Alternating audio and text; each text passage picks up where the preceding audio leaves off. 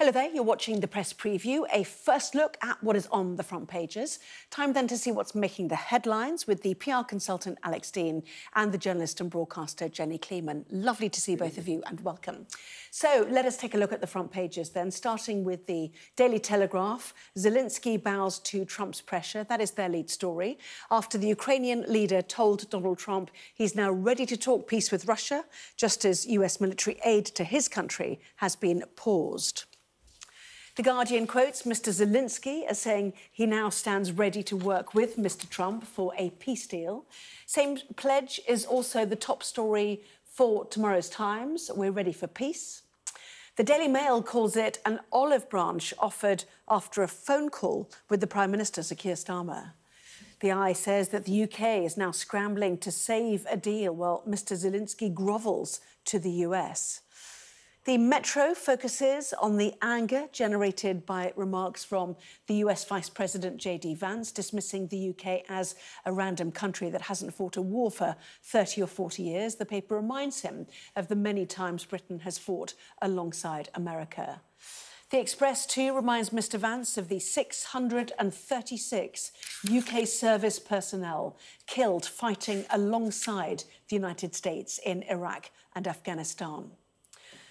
The Star strikes an indignant tone on that story too, labels Mr. Vance J.D. dunce, complete with hat.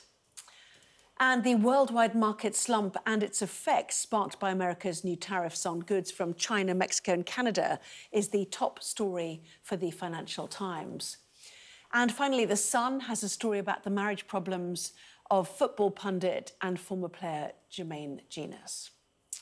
So, joined by Alex Deane and Jenny Kleeman, last story aside, there's some big stuff to talk about tonight, isn't there? Absolutely. You know, it feels like your programme's sponsored by Donald Trump. The after effects are Donald Trump.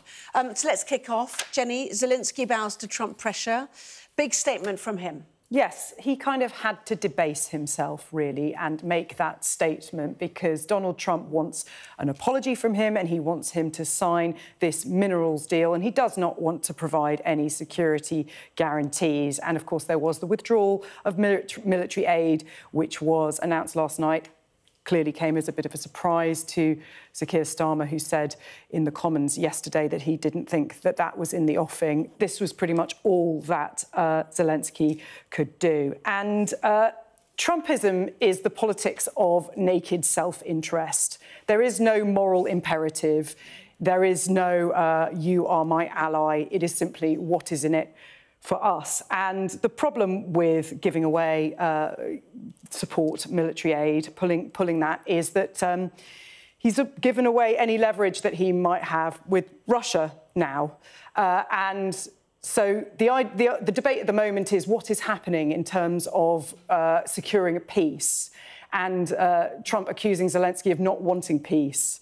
But the question is, how is this going to lead to peace? Because Vladimir Putin is probably rubbing his hands together and thinking, you know, why stop with the east of Ukraine? He might as well pursue more territory now because there is nothing left to kind of rein him in his ambitions in Ukraine. Yes, so a strong, as you said, a strong Ukraine armed to the back teeth would have delivered a better deal against Russia. So who is advising Trump now? And are they saying, just cut your losses, get out, which is what Steve Bannon, you know, his former chief of staff, or chief strategist, apologies, told us earlier this evening on Sky News. Well, I think increasingly it does seem to be what the president himself thinks, and he's adopted an increasingly sort of pre-Second World War attitude about a pseudo-McKinley-esque isolationism for the United States. But and it's to try and break through that Zelensky adopted the rhetoric that he did.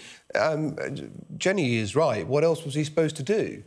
Even if willing, which is far from clear, Europe couldn't make up the shortfall offered by the withdrawal of American aid.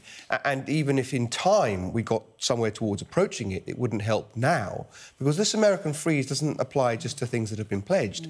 It applies to the supply chain, the pipeline, things that are sitting on the border now, awaiting delivery. Poland, waiting to go across the border. I mean, Correct. people on social media last night were like, quickly get it over, but it's too late. The only problem is this might it be illegal because this was sanctioned by Congress. But anyway, you know, I don't know if there's any legal recourse, but that's kind of not the point, isn't it? First of all, you're right, it isn't. But second of all, that would only mean the material that is on the way rather than the newer stuff. Of course, bilateral agreements between countries like the United Kingdom, indeed Germany, who's the biggest European donor, mostly money rather than material, but those things can happen. People are doing imaginative things. The Norwegians are talking about pivoting their sovereign wealth fund and creating a huge amount of, no pun intended, pipeline of cash to support the Ukrainians. But no one else has the kit, as your report earlier tonight was making clear. Some of the things like the HIMARS that the Americans have deployed, which, you know, 6 GPS-guided missiles, 70 kilometres in range, reload in under a minute, it's on wheels, it's an incredible piece of kit. The rest of the world supplied 3. The Americans have supplied more than 30. So you're at a 10x differential between American capabilities to deliver and our own. And there ain't no place that's coming from anytime soon that Europe could make up for it. So he did need to do this. Yeah. But it's pretty revolting that he had to.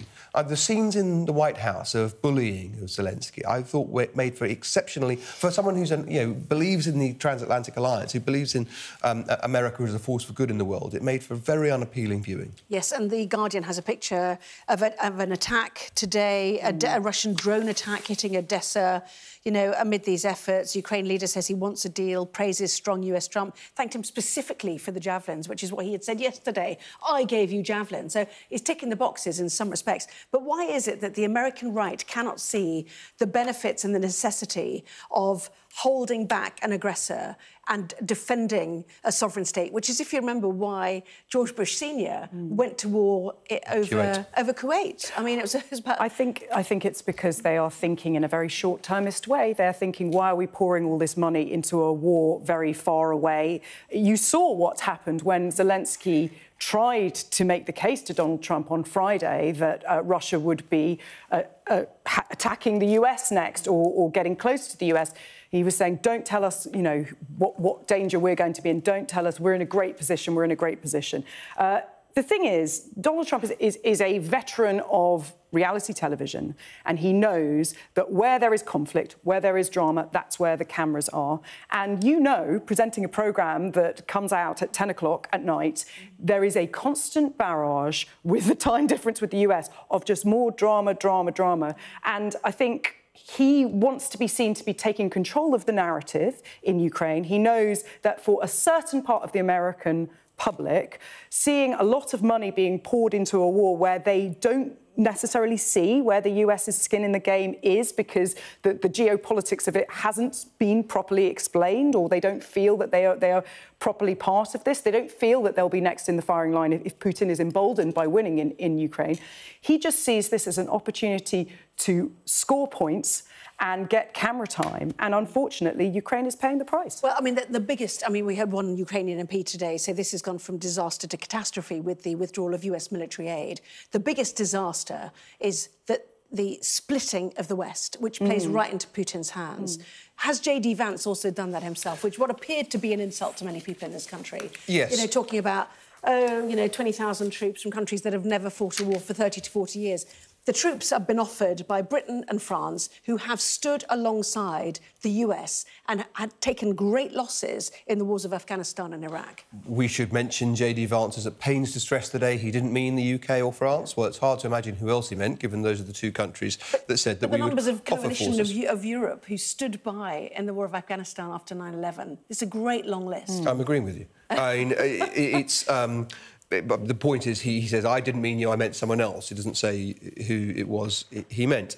Britain isn't some obscure country that may or may not be able to act. Britain is a country that stood by the side of our American friends in conflict after conflict. And I deeply regret this sort of remark from the Vice President. But to return to the point you were just making about why does the right think this, or the far right, as you were putting it, Say far right. No, you didn't. I think Anna did. I didn't say far right. Oh, OK. Yeah. Why does the right think that they don't understand the imperative of supporting Ukraine or of the geopolitics of it?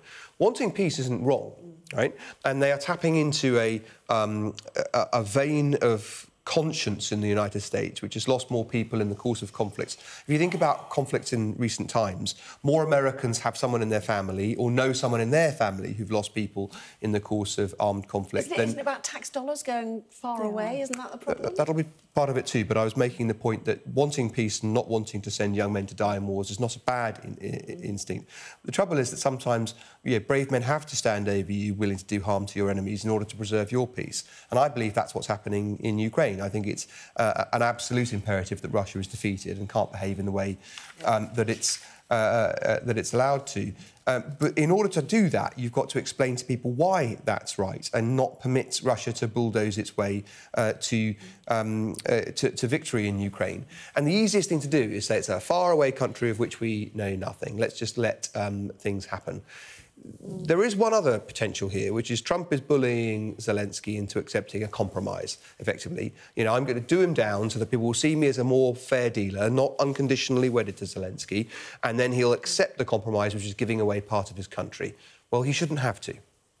OK, we see the Daily Express. We remember these moments. Yes. The body is coming home. You know, the UK has stood with America in its darkest hours. And, you know, I don't know, I mean, presumably some of this is about Trump getting a Nobel Peace Prize. I don't know how the Nobel Peace Prize Committee feels about allies deserting, you know, the friends they've supported. But anyway. I think, at best, J.D. Vance's comments were incredibly ill-advised. But I think we've been living in this post-truth world for a really long time now, and I think perhaps too many people at the top of the US administration assume that that's where we permanently are, and they can just say things that are completely untrue. I just hope he said something very dumb off the cuff. It's the most generous interpretation one can have. Yeah. Both of you, stay there. Lots more stuff to come in the next part of our programme. We didn't even get to tariffs, which we will get to. And this story on the front of the Daily Mail as well. Meghan Markle's TV rebrand. What did you make of it? What do you think of it? Back in a moment.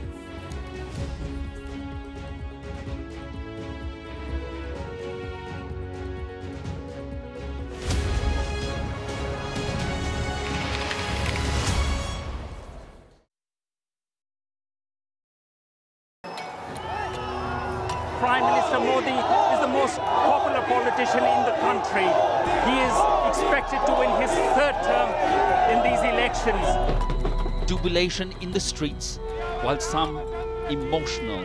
This is a political victory for Prime Minister Modi and his Hindu Nationalist Party, a promise fulfilled. I'm Neville Lazarus and I'm Sky's reporter based in Delhi. He paid over $50,000 to traffickers to get him to America. Instead, he was kidnapped, tied up and threatened by smugglers. A commando from the state force walks me through to a Maitai village on the front line. Firing to civilians and they're burning our house. We cross to the opposite side, held by the cookies. When they fire, we have to retaliate. Sky News get the full story first. Companies like these are helping India in its trajectory to be a serious player in space exploration. The enthusiasm is palpable. The young desire change. These elections are a pivotal moment for the country's economic and political history. The concern here is that the public healthcare system is inadequate. In a prayer, she's asking God to help understand what happened. I cannot carry on. God, help me. He says his world has crashed. Like him, there are scores of families searching for their loved ones. Too often have families endured such tragedies for the negligence not only by the administration, but also by spiritual people in this country. Free, wherever you get your news. Even though it has few seats in Parliament, Kashmir is symbolic and very significant. It's often been called a nuclear flashpoint. It's a Premier League weekend on NBC and Peacock. March 8th, top four hopefuls, Aston Villa. Visit Brentford. Oh, wow! Then March 9th, it's a blockbuster battle. Arsenal. Just what Arsenal needed. Visit bitter rivals Manchester United. The Premier League weekend is on NBC and streaming on Peacock. We're rolling. Welcome to the world. Our new podcast, starting now. It's very exciting. Every week, we'll be reporting from the world's trouble spots. We get to hold those in positions of power accountable, and we get to ask the questions that the audience, the listeners, want to know about. And that's why it is so important that people tune in, come along for the road, come along for the journey. It'll be fun. We've got your Sunday mornings covered. From the front page and the sounds of the streets to the voices of the people who make the major calls and big picture politics beyond Westminster. We'll put you at the heart of our story. I'm ready. Are you? Join me, Trevor Phillips, Sunday mornings on Sky News. Welcome back. You are watching the press preview. With me once again, the PR consultant Alex Deane and the journalist and broadcaster Jenny Kleeman. Worth remembering that Donald Trump gives his address to Congress later on. In any other year, it would be called the State of the Union address, but not in inauguration year. He's got lots to talk about. So let's go to subject number 2, which is tariffs. Alex, front page of the Financial Times. Your take and the response here. You've got to differentiate between the two kinds of tariffs he's talking about, or rather they're two targets. Canada and Mexico, you can see potential short-term fixes. He's announced the things he's angry about with those countries. Canada, fentanyl, a scourge of drugs in the United States. Mexico, migration, failure to control the borders. If you do what I want more, maybe these tariffs will change. And indeed, his Commerce Secretary's indicated a willingness to be flexible. The Chinese tariffs that have been announced are different. There is a genuine, but then there's a more kind of understandable beef between the United States and China over tariffs. China does use forced labour. China does exploit other people's patented and sensitive technologies and use it without recourse to law. China does trade in illicit goods, and China does operate an enormous trade surplus with the US. All of these reasons are more legitimate causes to have tariff discussions, at least. But the trouble with that is it implies a long-term environment of tariffs between the United States and China. And if that's the case, if we're now moving to a new economic way of life, if you like, two things will happen, I think. The first is, because things become more expensive for everybody, it's inflationary. It drives up prices and it'll be bad for us too. And it's bad for the markets, it's bad to buy stuff. But the second thing that will almost certainly happen is China will retaliate.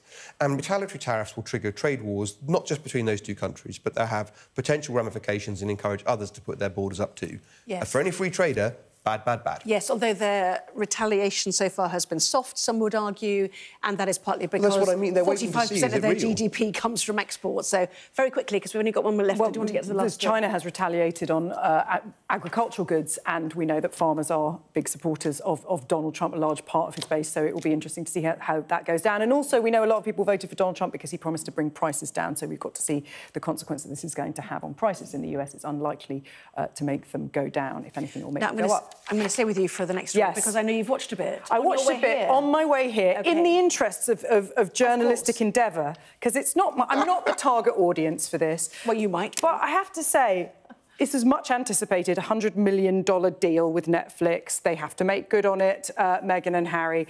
Much anticipated and universally panned. And the problem is there are a lot of people who are always going to hate whatever she does. So you can't necessarily trust the fact that Jan Moyer in the Daily Mail is being rude about her. However, I did watch some of it, and it is incredibly bland, incredibly boring, and incredibly insincere. Hard to believe. I know. Oh, both of you, Alex, Jenny, thank you both. See you for more later. Here's the weather. A bright start and always a warm welcome. The weather, sponsored by Qatar Airways. Well, the next couple of days will be mostly settled, although the north will be wet and windy at times. Southern Britain will have a chilly start tomorrow, a widespread frost, freezing fog patches. Elsewhere, milder, cloudier, outbreaks of rain in the windy north. Early fog lifting through the morning to leave plenty of sunshine for England and Wales. The south and east of Ireland and north-east Scotland too look fine, but staying rather cloudy and windy with further patchy rain in the north. A bright start and always a warm welcome. Qatar Airways sponsors the weather.